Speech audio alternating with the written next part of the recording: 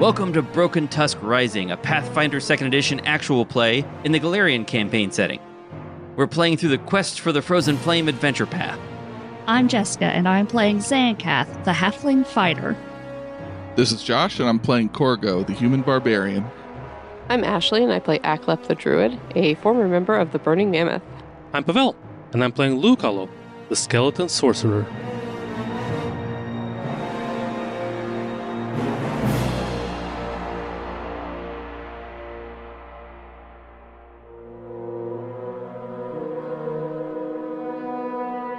Last time on Broken Tusk Rising, the scouts fought a brutal and desperate battle against a deadly chimera, and were victorious but at great cost. Corgo, the courageous warrior, has been dealt a fatal blow by the creature. We return to the story as Vare, the halfling hermit who led them on this journey, lies dying. Zancath has just dealt the killing blow to the chimera as she stabbed upward from the floor of the creature's cave. It is Vare's turn. We are still in initiative because Vare is actually dying. I said last time she was dying 1, but she's actually dying 2 because it was a critical hit that took her down. So I need to roll a flat check to see if she stabilizes. And the DC is 12. And she does not, which means Vare goes to dying 3 and will die unless someone does something. And that's Vare's turn. It is Lou's turn. Lou, the situation is that Chimera has just collapsed to the floor of the cave with Zancath lying next to it, her sword deep in the monster. Corgo is lying on the ground near the opening of the cave. Aklep is just outside the cave. Vare is near the cliff edge. And there's no sign of Grifka yet. Poor sweet Grifka. Clearly, number one priority is I go and check on how Grifka's doing. No, I'm gonna get close enough to Vare to cast Stabilize, which is a cantrip. Okay. Well, what's the range of Stabilize? 30 feet, yeah. So you'd only need to move a little bit closer. And after that, I'm gonna, as soon as I stabilize her, I make a dash right over to Corgo. I feel like Lou's gonna realize he is dead and Lou cannot do anything for him. So Vare is number one priority, and then Lou's gonna walk over to Corgo and just kind of stare sadly. Is Corgo dying? Is he dead? I'm assuming he's just dead. Mechanically, he is dead. But it is Corgo's turn, and if he has any last words, now would be the time. Okay, so are we still in turns? Or not. I mean, basically no one's dying anymore, mechanically speaking. So we could just exit combat. They're either dead or alive. It's Schrodinger's Okay. death. Yep. In that case, Zancath is going to scurry over to Corgo. Yeah, Corgo's chest has been sort of collapsed. Aklep walks the short distance to Corgo as well. And Vare just lies there because she's unconscious. So Corgo says, Zanks? I'm here, Corgo. I'm here. Just be still. Just be still. It's bad, isn't it? Zancath takes a moment to look at his wounds, and her breath catches in her throat. I've seen you recover from worse than this before, Corgo. You're so strong. I'm feeling kind of scared, Zanks. Can you tell me a story? Of course, Corgo. Zancath crouches at Corgo's head and kind of brushes hair away from his face and just close your eyes, Corgo. Just, like when you were younger, and I'll tell you a story. Once, in a land far from here, there was a village, and, it was a peaceful village. They were very happy there. And there was a young warrior who was very strong and always fought to protect his village. One day, invaders came. They were threatening the village. They killed some people. But that young warrior, he had no choice but to stand up to them. And so he wasn't one for words, but he was always there for his people. And so he went out and he fought. He fought for his people. And though he did not survive his fight. He saved the village. Because of him, they were able to go on. Because of him, they were safe. Corgo didn't make it to the end of the story, but he's got a smile on his face, and he's no longer there. All right. Well, that is sadly the end of Corgo the Barbarian. Well, thanks, Josh, for playing. It's sad that we'll never see you again. Oh, But, what? I didn't know I also died. I would have taken this way more seriously. Assassins are on their way. You actually do also have to die in real life. Yeah. I'm sorry. Yeah. You should flee. I'm not well equipped for this. Okay. All right, you guys have fun. Don't die. And I'll see you later. Okay. Okay. Thanks, Josh. Bye. So, the rest of you are on this cliff. Corgo's body is lying still. The Chimera's body is lying still. Vare is lying still but breathing. What do you want to do? Zancath just collapses onto Corgo, sobbing. Lou's digging through his bag, trying to see if there's anything he has that can help. But it's futile, and he knows that he just doesn't know what else to do with his time. Aklep, not without a lot of awkwardness, places his hand on Zancath's shoulder and says, "That was a good story." No response. No response from Zancath. That guy was my best friend. I only knew him for, 8 hours, but still. So what do you want to do? You've got a cave here. You've got a chimera. You've got Corgo's body. If Lou walks over and if he heals Vare, is she going to come back up? Yes. Okay, in that case, Lou's going to walk over and cast heal on Vare. Okay. Wow, that's Lou. That's not one of your normal heals. So Vare gets 3 hit points back, and she suddenly sits up. What? And she looks around, sees the chimera, sees Lou standing over her, and sort of jumps for a moment, like she doesn't realize where she is. Sure. And then she sees Corgo's body, and she screams, and then says, "No! Elon, no, not again!" And she runs over to the body and then collapses in tears. "Not again!" And just sits there sobbing. Didn't expect that reaction. After a while, she wipes her eyes, smearing that black makeup she's just smudged across her whole face, and pulls out her short sword and walks toward the chimera. And she raises the sword above her head and begins hacking at the neck just below the dragon head again and again. Yeah. Eventually, she cuts it off. "I've wanted to do that for years. It doesn't bring Corgo or my brother back, but it does feel good. We'd better search the beast cave. We can pack your friend's body in snow and return him to your people. If you would consider it, I would be honored to bury him next to my brother. And I hope you'll take his sword.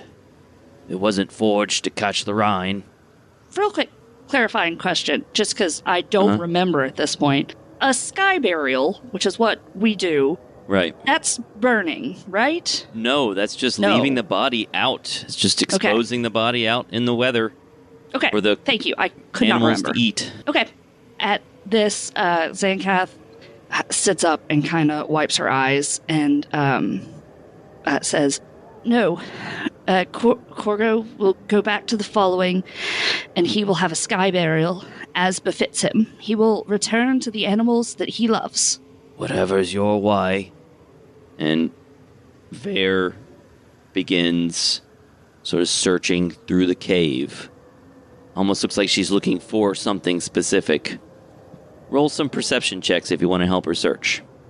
Yeah, Zancath is going to kind of reluctantly leave Corgo and go search the cave. Business. Got to get down to business. Yep. Same. Lou's not in any way prepared to handle this emotionally, so he's just trying to keep busy. Aklep's also searching. All right, so Aklep, you spot that breastplate that the party saw before, some armor, right? you see this breastplate, and as you pull it out from this pile of bones and dirt and waste, it's a breastplate with a symbol of a sword with a light radiating from its hilt. Lucolo, you find a shell necklace. Cool. And Vare finds a silver belt buckle, and when she sees the necklace, she says, That was Alon's. Can I have that, please? Please. Lou holds it out for her to take.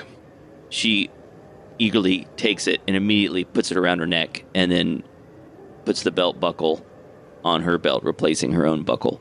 So she took the necklace and kept the buckle? And kept the buckle. But I don't know how I feel about that. You find a string of beads. A string of fancy beads. And if you want to, somebody can roll nature or occult or religion or arcana on the breastplate and those beads. I will roll nature. I will roll occult. Or if you want to roll them on the shell necklace or the belt buckle, you can roll on those too if you want. Okay, nature check on whichever one of these is nature, I guess breastplate. Yeah, sure, you can do it on the breastplate, that's fine. Yeah, Aklep, that roll is so high, I'm just going to give you 2 of the items, and Zancath, you do this as well. So you recognize that the breastplate is a +1 breastplate. If you want to know what that symbol is, I need a religion check. But yeah, it's a +1 breastplate. And then those beads are holy prayer beads. And these are pretty cool. When you're holding these while casting a divine spell, the caster recovers 1 hit point. Or if it's a healing spell, the caster can give the extra hit point to the target instead. It can also cast Bless or Heal once each day, but you only get that bonus hit point when using your own spell slots. Also note that while getting the bonus hit point requires you to be able to cast divine spells, there's nothing in the description about requirements to be able to use the heal or bless abilities. So in terms of the heal or bless abilities of these prayer beads, I think anybody could use those, even if you don't have divine spells. Okay, because I don't think my spells are considered divine. I guess they're nature or They're primal. Okay, primal. All right, well, in that case, it might be Lou that's best, because Lou does cast some divine spells, right? Yep. That's my tradition. The issue with Lou using it is that it gives you that hit point back when you use it. I was going to ask, does that, how is that phrased? Does it just say it gives me HP, or does it do the whole, healing versus harmful? Because if it says healing, yeah. Yeah. When you cast a spell, a divine spell, while holding it, the prayer beads become attuned to your deity, changing their form and iconography to prominently incorporate your deity's religious symbol and iconography, although I don't know if Lou even has such a one. The beads don't transform or function for an evil spellcaster. This is a positive healing effect. Then no, that would hurt a lot. Remember, every time. though, when you use them to cast a healing spell, you can bestow that 1 hit point on someone else. It just would mean if you cast something other than a healing spell, there's a 1 hit point positive healing effect that will hit you. So when it says holding, does that mean like physically in hand or on your person? Like, could Lou take the time to remove them before casting a divine spell or before, healing, and then, put them back? Just literally juggling magical items. Yes, you have to hold it in one hand. Okay. So if you were to cast a spell while not holding it in one hand, it wouldn't have that effect. And what's the new rule with the free action? Like you can remove something and put something away? Right, so you can I guess, swap things. Yeah, so like on one turn, he could free action remove. Sure. And on the next turn, put away. Yes. As free actions. I'm going to say right now that I would absolutely not remember to do that. It is convoluted. Sorry, it's not a free action. It's one action to swap things out, like to stow and draw. Okay, stow yes. one weapon, draw a weapon. That's one action. You could drop things for free. That's what I'm thinking of. That's a lot of work. Yeah, I feel like Pavel the player is not going to take these because I would just not remember to do that. And as funny as it would be if Lou took a hit of damage every time he did something, we would also forget to do that. So yeah, for now, I'm going to say the string of beads are probably just in my pack. Okay. All right. That's too bad because they are a pretty sweet item.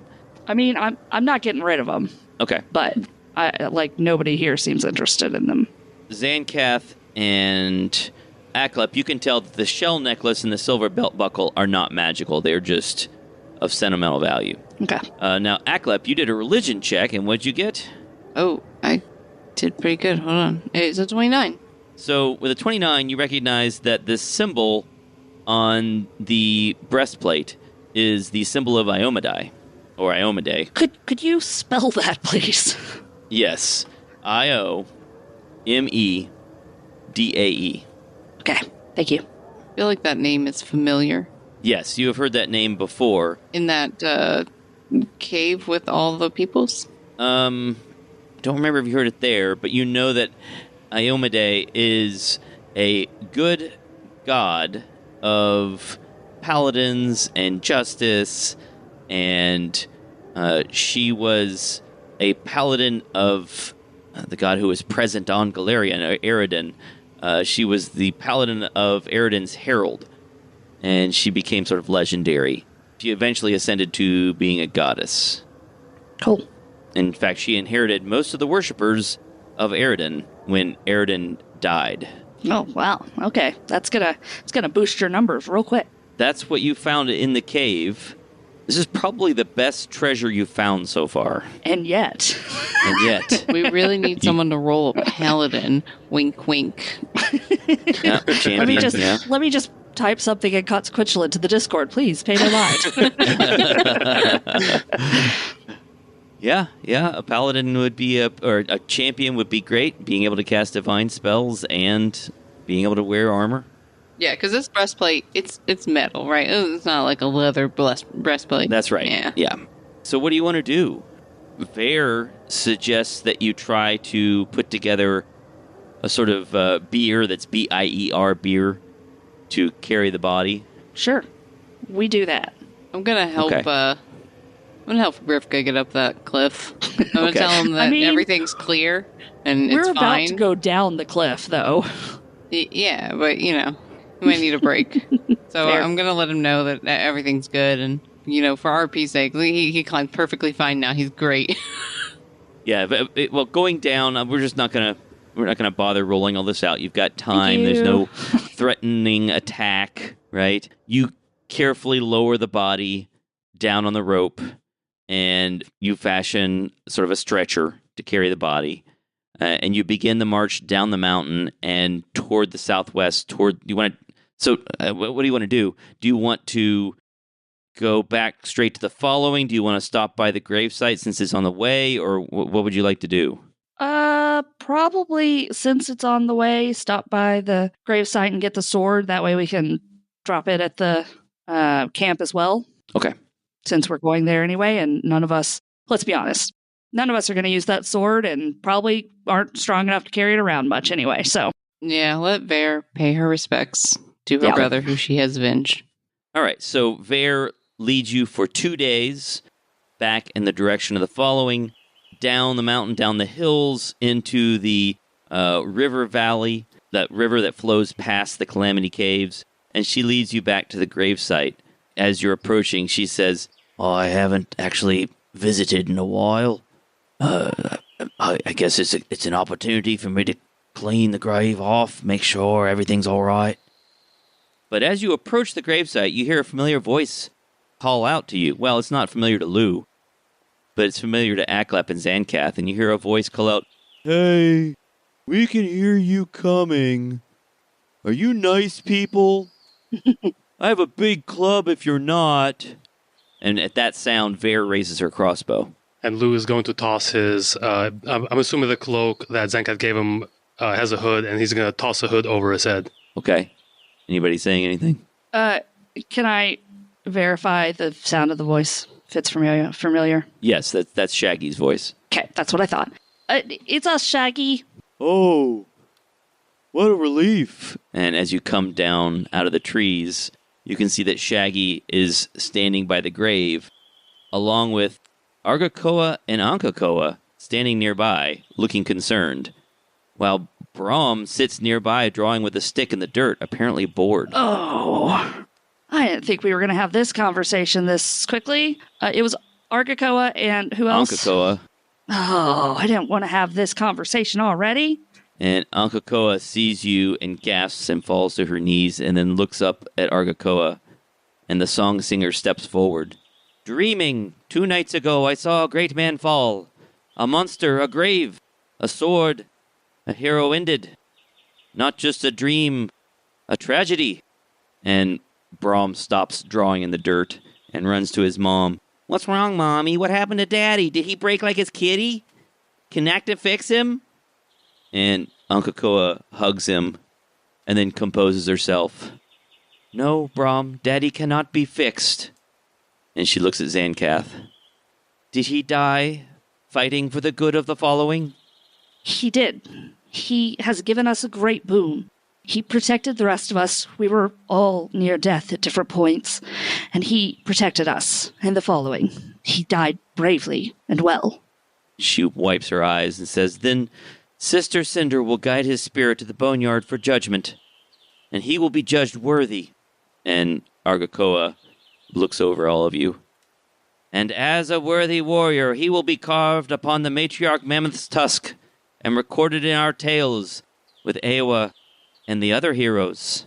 Ankakoa again looks at Zancath. He was never entirely comfortable with the idea of sky burial, but I do not know what else to do. You knew him even longer than I did. What do you think? Any chance that Josh isn't here anymore to have this conversation, but any chance I would know what he wanted? Like, I don't remember us discussing it in game, but Aklep will speak up. Okay. He burnt Hungara. Of course, you're right. I think we should follow his desires from when he lost Hungara, and we burn him as he did Hrungar. I think that's what he would want most.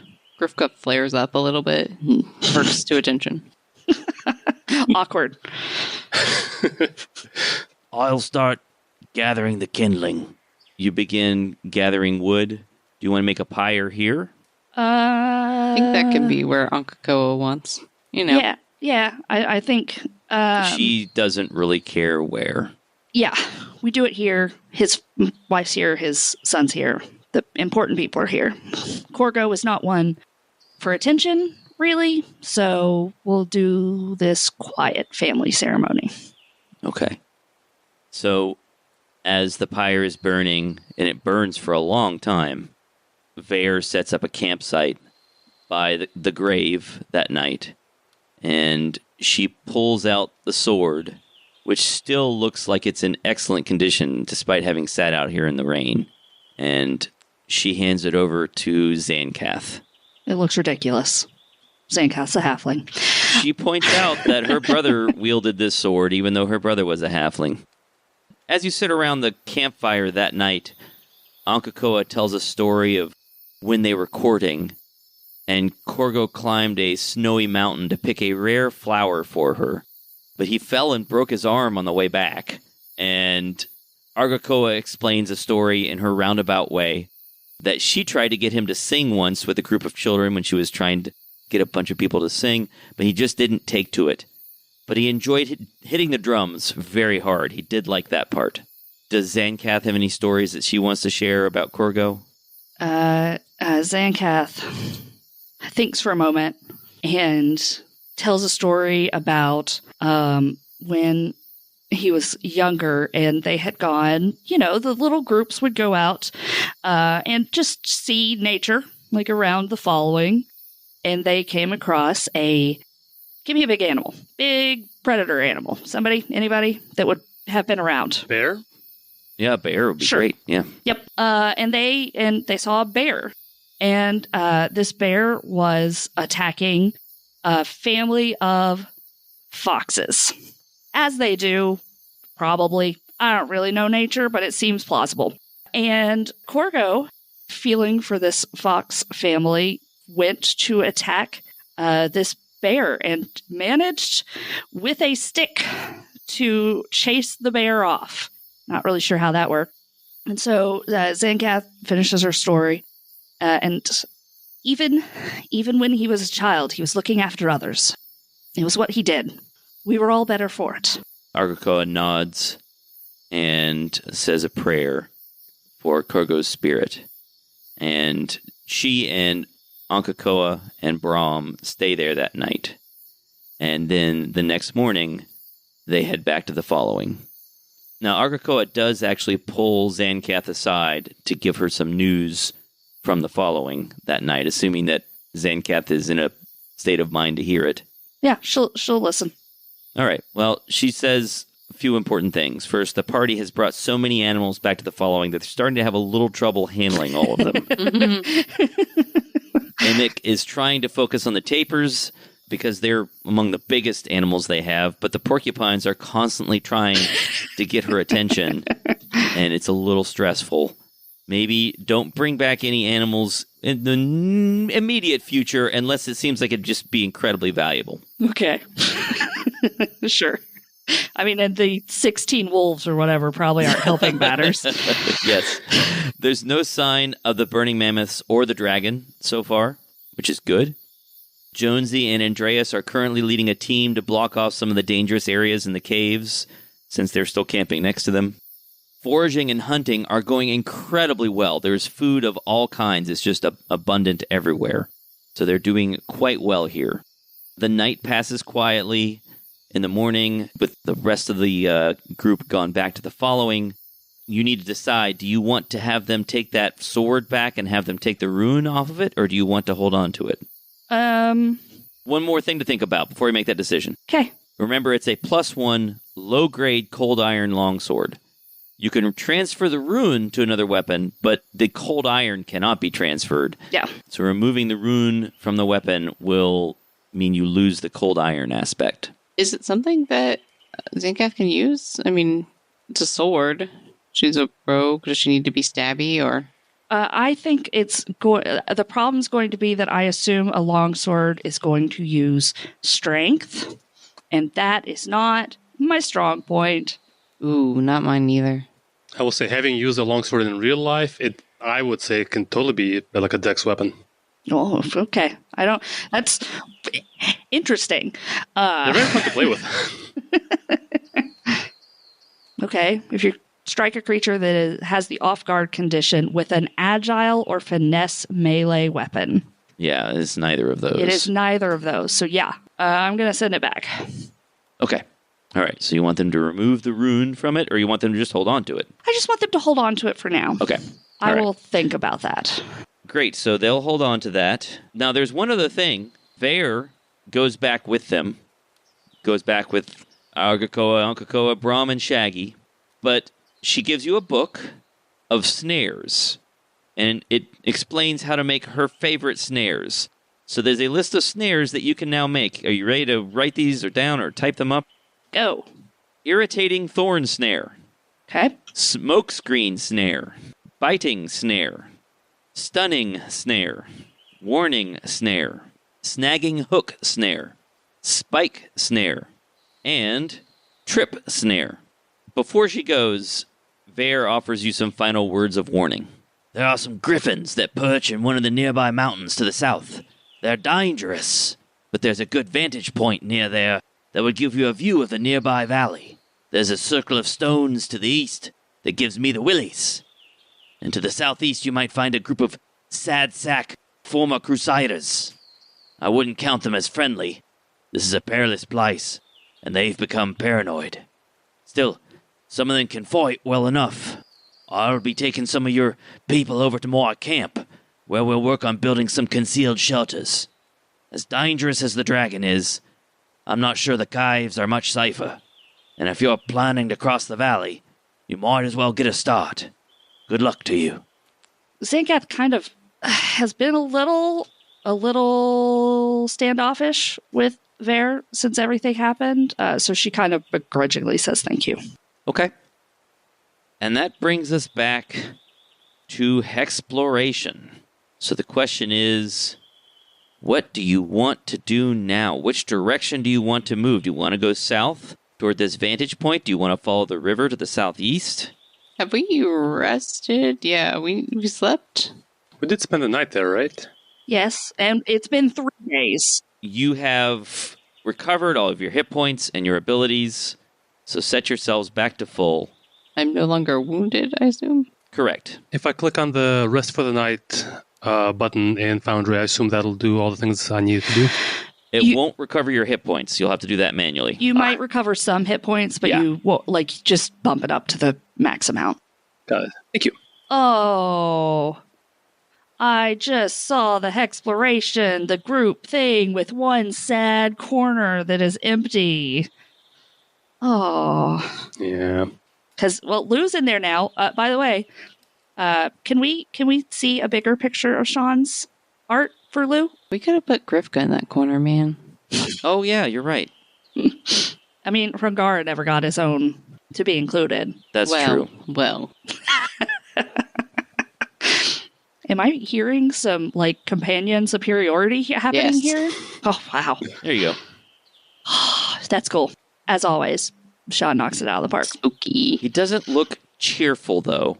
I mean... No. But, how does a skeleton look cheerful, right? It is hard to make a skeleton smile. Yeah, it is. The it is hard. bone part isn't really the part that does the smiling, so... Yeah.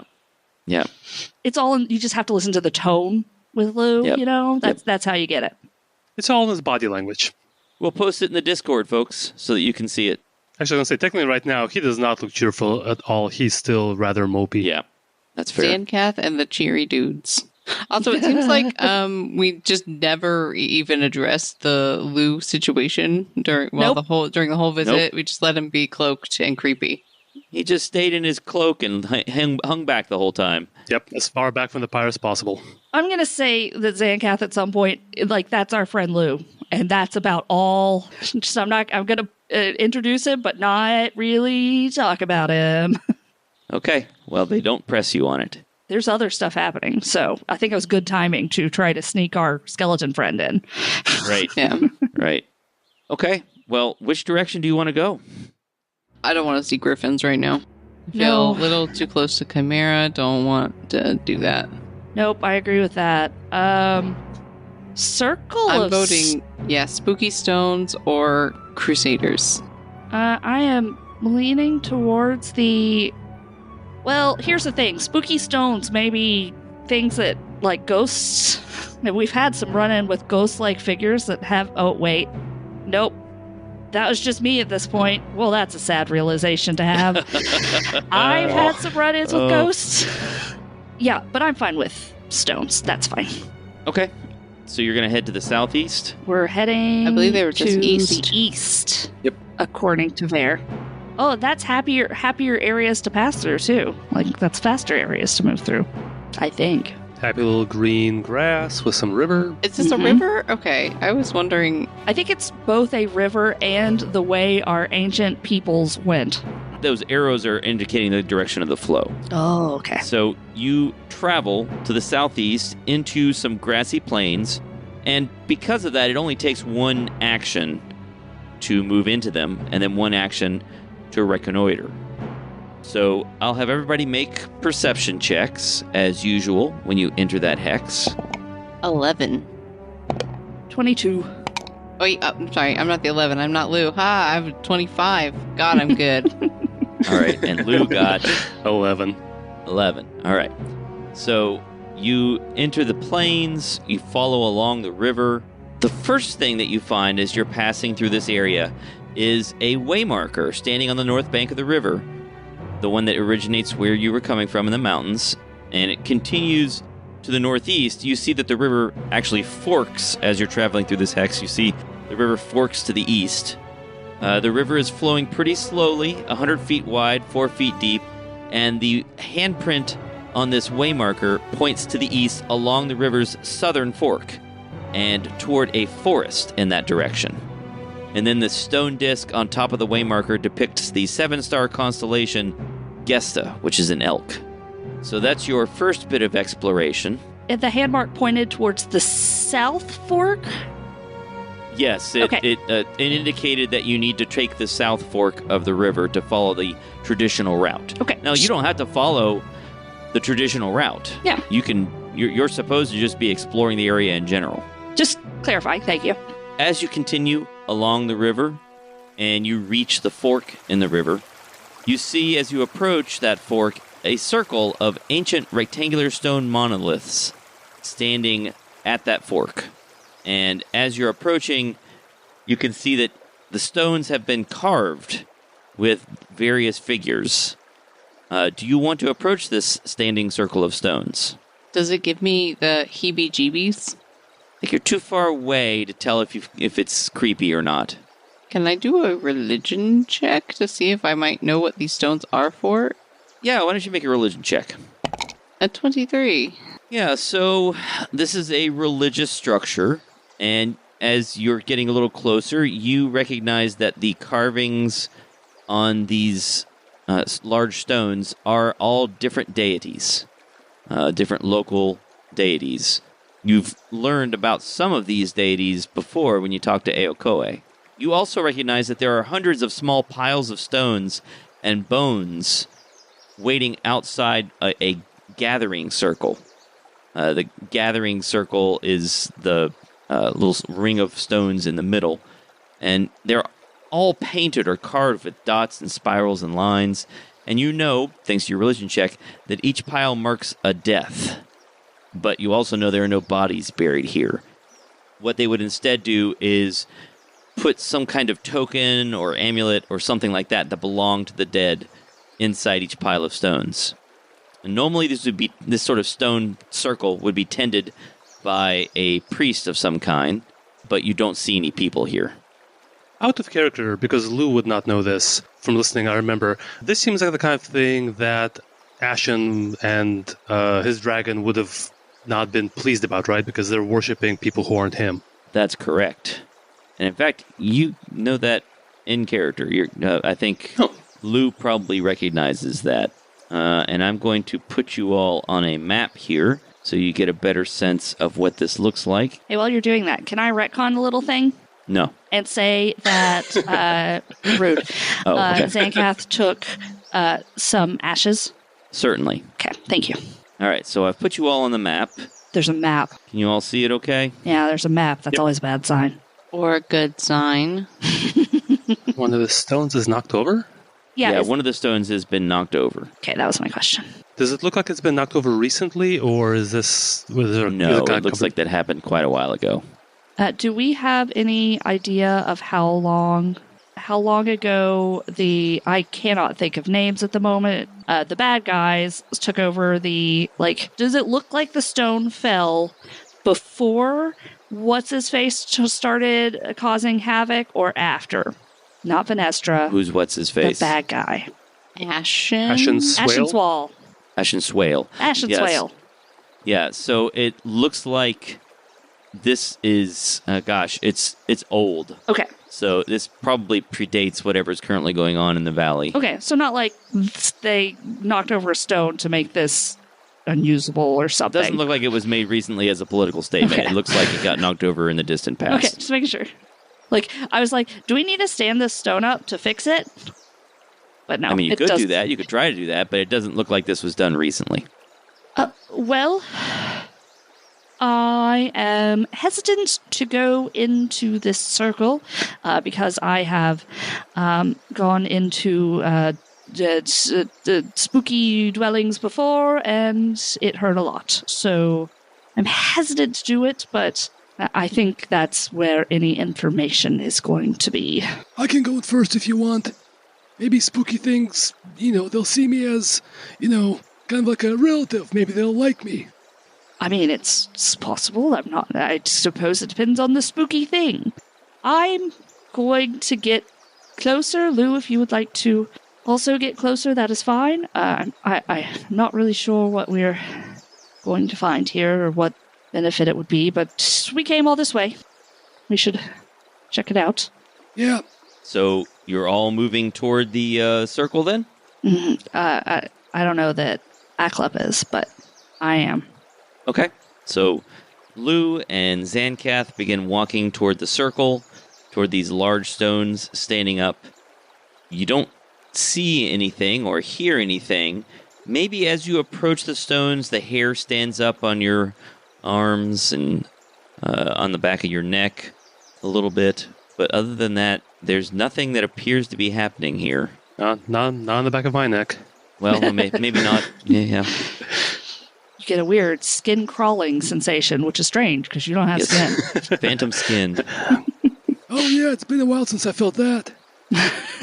Lou's going to cautiously step kind of past the boundary of large stones and pause for a second. All right. As you step past the large stones, Dang it. Nothing happens. so we're going to roll for initiative. Ooh. That was quick. Okay, so the first thing that happens, Lou steps into the circle. Lou, give me a will save. It's probably fine. Okay. 27. Ooh. Wow, okay. All right, so here's what happens.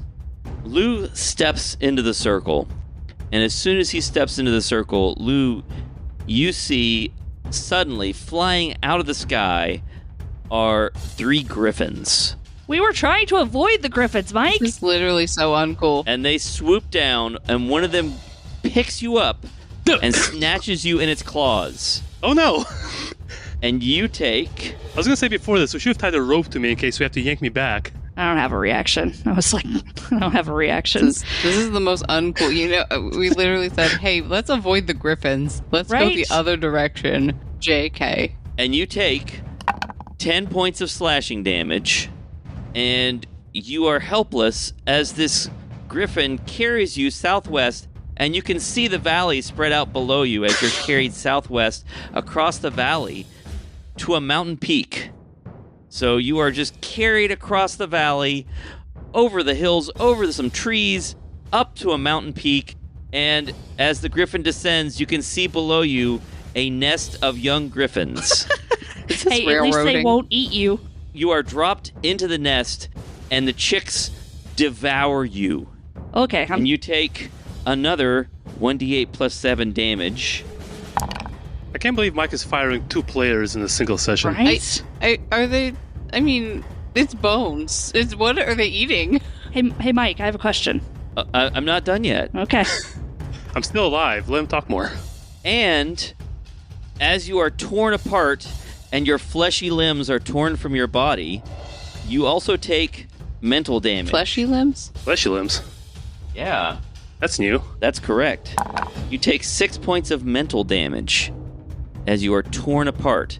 Now, you made a successful saving throw, not a critical save, but a success. So of all that damage you took, 27 points of damage, you only have to take half now. So you actually take 13. Okay, math. Okay. You realize that this is some kind of vision, and you shake it off as you stand here in this circle. You realize you've seen a vision of something that happened here. I would say I immediately hold my hand out and kind of like gesture for Zanka to stand back and not cross the barrier. Is there anything else you'd like to do? It is your turn. Oh, for a beautiful moment I had skin again. And then for a horrible moment it all got eaten by griffins.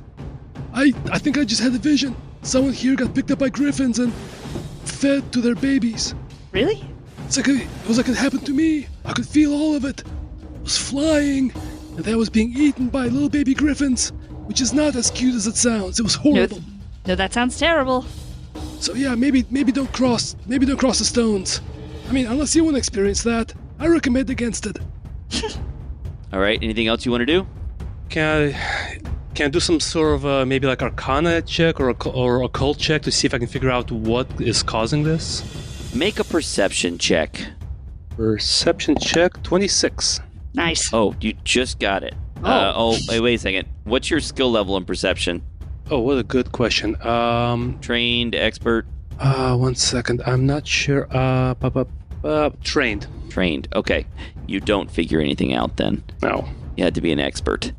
So, you look around and you realize there's something weird here, but you're not able to figure out what it is or what to do about it. Yeah, then Lou just stands still. He doesn't want to cross that border again, just in case something else happens. Okay. At the end of your turn, you hear two voices wailing, "Return him! Return him!" And that's the end of Lou's turn. Aklep, you hear these voices. What do you want to do? You said it's a perception check to figure out what's going on?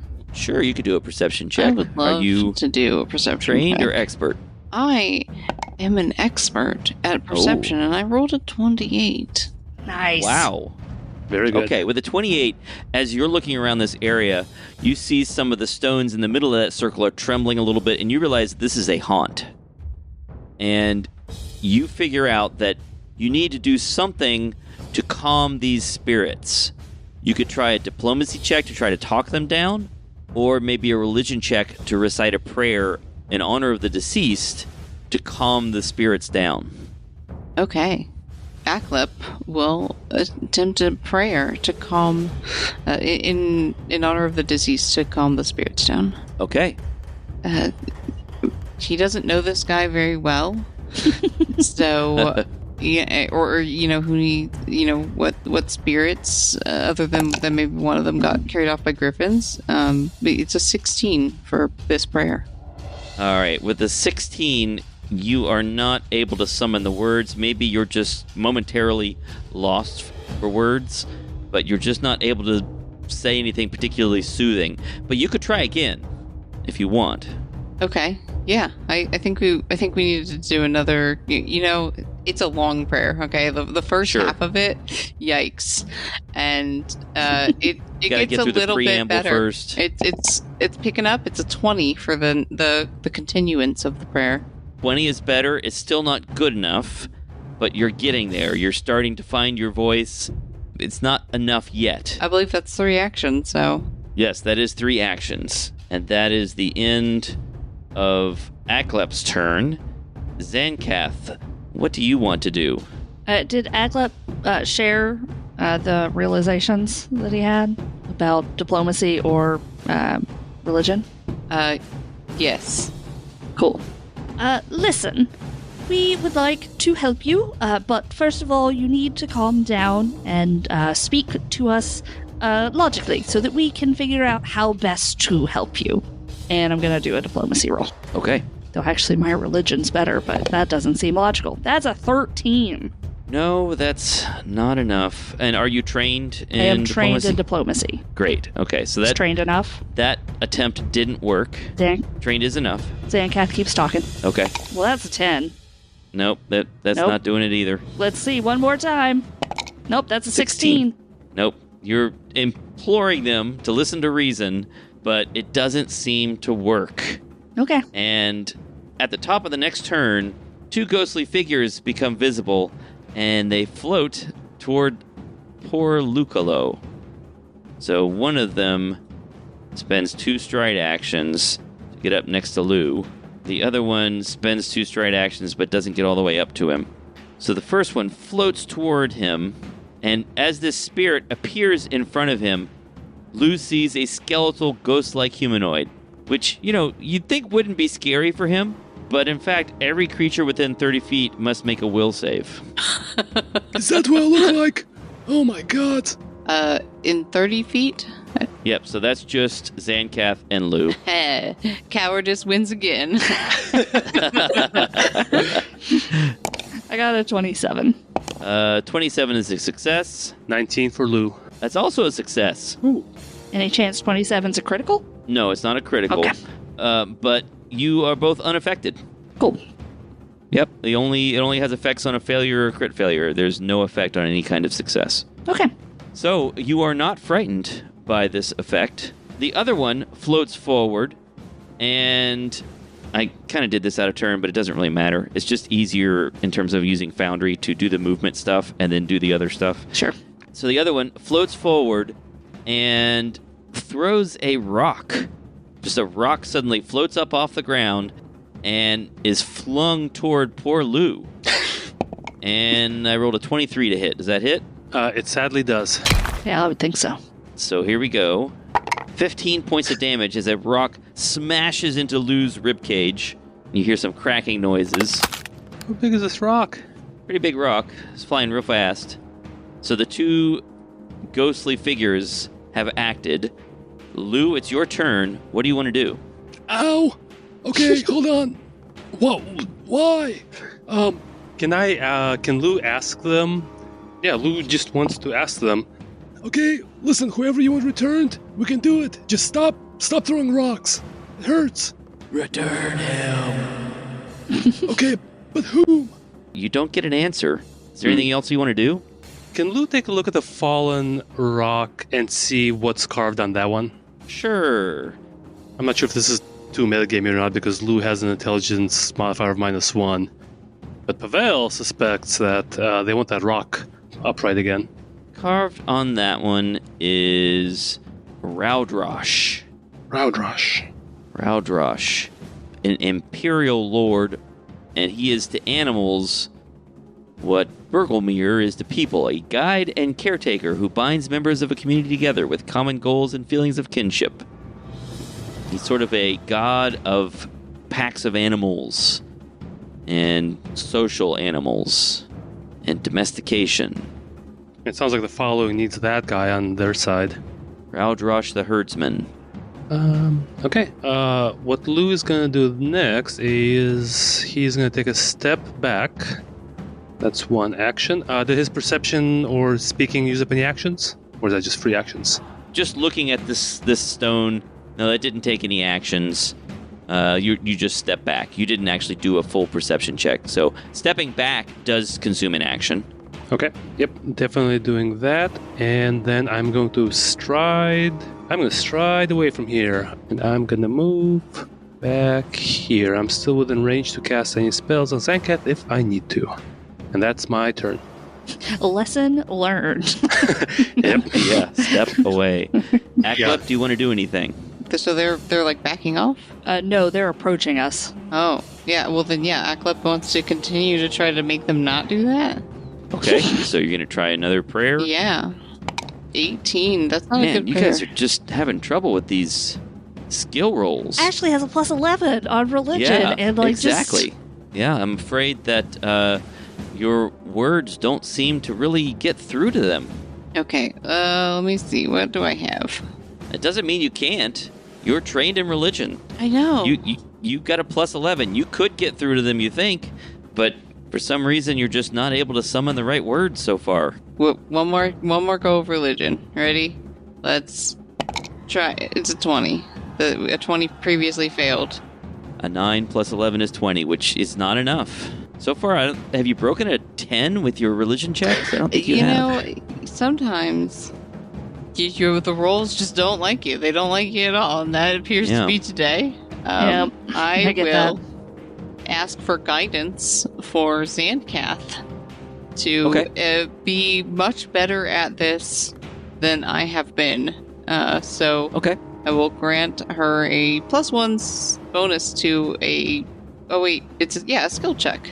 Yep, you can do that. So there we go. Cast Awesome. guidance. Good idea. Cool. Sandcath, it is your turn. Cool. I'm gonna diplome them some more. Okay. That's a Oh. natural 20 for a Nice. 29. That is a success, which means you now have one of the 2 successful attempts that you need Oh. to persuade them. Okay. But you did it. You got one success, I got and they sort of flare up, and then these ghostly spirits settle down a little bit, and their expressions maybe look a little confused. Gonna keep talking. Okay. I can do What do you that. say, do you think, that suddenly gets through to them? I understand. It's hard when you lose someone that you're close to. It makes everything else more difficult. But if you will calm down, we'll do what we can to help you. Then I'm gonna roll some more. That's a 16. Not enough. That's 10. So Okay. I'm back sub 10. So we're back where Yep. the world makes sense. Okay. The spirits.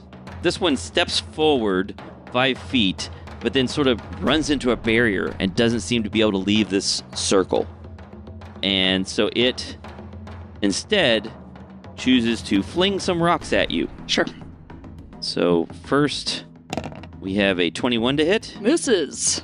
A miss. Amazing. Nice. Dodge out of the And way. then, second, a natural 20. That's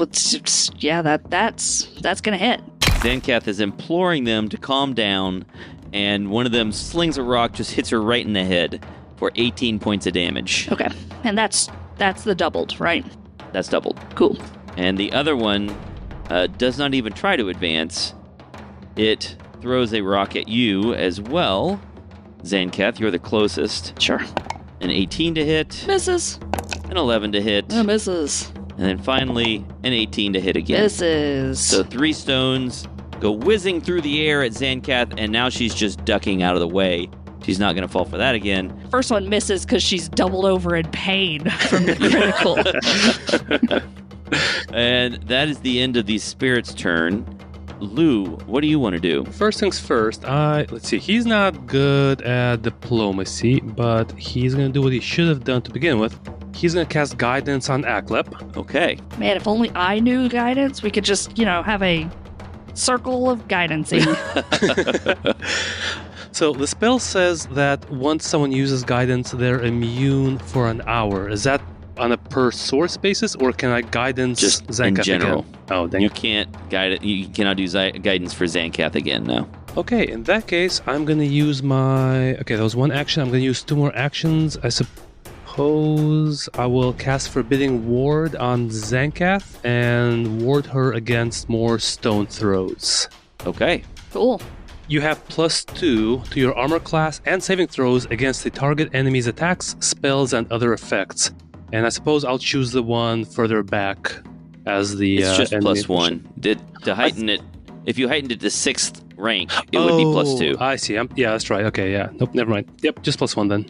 Oh, I'm sorry. Not 6th rank. If you heightened it when you reach 6th level, it becomes +2. That is Lou's turn as these spirits continue to... Well, one of them continues flailing against an invisible barrier. Aklep, you have guidance. What would you like to do? Aklep is going to attempt to say a prayer to get them to calm down. And oh my god, Oh. I used my guidance, and that gave me a 13 because the roll was a natural one. Apparently, this prayer was horrific. Are we going backwards? Very sacrilegious words. So Aklep ducks one of those stones that's flying by and curses and has the opposite of his intended effect. Fortunately, a natural 1 doesn't undo any progress. Oh, good. You just need to try to get another success. All right, we're gonna try to be better. Again, still, maybe one day we'll get a good roll. I believe in you. Oh my, Oh. never mind. Never mind, I shouldn't believe in you. What My bad. happened? What? Okay, so if it was a 12 this time because I didn't have the guidance, so it was just a second natural 1. Okay. So some expletives come out of Aklep's mouth as he's trying to find the right words and ducking some stones. Do you want to try again? I don't want to fight these guys. I just want to calm them down. It just seems so much better if we could just get one good roll, because let's be honest, if we're going to fight them and these are our rolls, That's Yeah. uh-huh. 23. Still not enough, Oh is my it? gosh. Okay, I'm just going to tell you, you are 1 off what you need. Oh. Well, if only I could transfer my guidance. Unfortunately, Aklep, even though he recovers his words and says a more effective prayer, it's just not enough. Maybe he said some rude things and they're just not persuaded now. Zancath, it's your turn. Do you want to try again, or do you think it's time to try fighting them? There's some cultural difference that Aklep majorly Yeah. offended them and didn't Yeah. realize. I'm going to keep talking. I'm halfway Okay. there. I can do this. We can do Yeah. this. That's a 15. That's a 21. No. That's a 10. No. I've rolled 10 so many times. Yeah, I'm afraid even with your +8 to diplomacy, you are not able to persuade them. They're just not listening. Okay, let's do this. Hit me with some more rocks. All right, here they come. The first attack. A 13 is a miss. Uh-huh. A 9 is a miss. Yep. And do I have any other cool abilities? No, I don't. Yeah, just try again. An 11 is a miss. It is. So that's the first of the two spirits. The other one turns invisible, which they can do at will, Rude. but continues throwing some stones at you. Okay. A natural 20.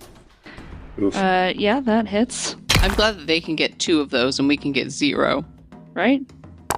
Hey, 0 Whoa. damage. Cool. Nice. Wow. So on 2d12, I rolled 2 1s. That's awesome. And then it's minus 2. And it's got a -2 Haha, because finally. I've adjusted the difficulty. So a stone hits your armor and just kind of bounces off. Mm-hmm. Second attack for this one, an 18 is a miss. Yep. And the final attack, a 4. Also a There's miss. just a swarm of stones from the ground flying towards Zancath, and she is ducking them or her armor is deflecting them. Lou, it's your turn. Question: If Lou tries to do a prayer, does that take an action? If you want to do a religion check, yes. Okay, we're still trying to be friendly. Okay, I'm gonna cast guidance on myself, and then I'm going to try to do a religion check to see if I can pick up Aklep's prayer kind of where he left off. Oh, 23. Oh, no, you didn't include guidance, your... Yeah! 24. So you did a 24 religion check? Is that right? 24. That is correct. And you are trained. Yes, I am. What do you say that calms them down? What does your prayer consist of that calms the two of them down? He's going to try to kind of draw some parallels between himself and them, kind of make them see that, I am also one of you. I am here to help, recognize, a fellow post-living creature and listen to the calm, soothing clacks of my bones and recognize that I am one of you. Okay. So with that, these two spirits fade from view, and you hear again, "Return him, please, the griffins." Oh! And with that, the area becomes quiet. Oh, no. I think we have to go and fight those griffins. I think that vision I had, I think that's what they're upset about. I think that happened to someone, and they want that body back. Or maybe something from the body. Maybe they have to get. Maybe we have to get something from them and bury it here, the same way that these little stone cairns are. Well, we were going to have to deal with the griffins at some point, so we'll see what comes next. Maybe we put that off for a little bit, though. Yeah. None of that sounds like it'll be fun. So now that you've settled down, these spirits, you've put them to rest for a little while. We'll find out which direction the scouts decide to go in 2 weeks. Man, that was rough. That was so rough. Thanks for listening to Broken Tusk Rising. You can help the podcast by giving us a 5-star review on Apple Podcasts or Spotify, by following us on Twitter, Facebook, and Instagram at The House of Bob, or by chatting with us on Discord. And most of all, by supporting us on Patreon. That's at patreon.com/thehouseofbob. This show is possible due to all our patrons who get one-shots, commentary, and other cool stuff. Art for this campaign is by Sean Makes, and art for social media, audio production, and music are by me, Mike. Thanks again for listening, and roll on.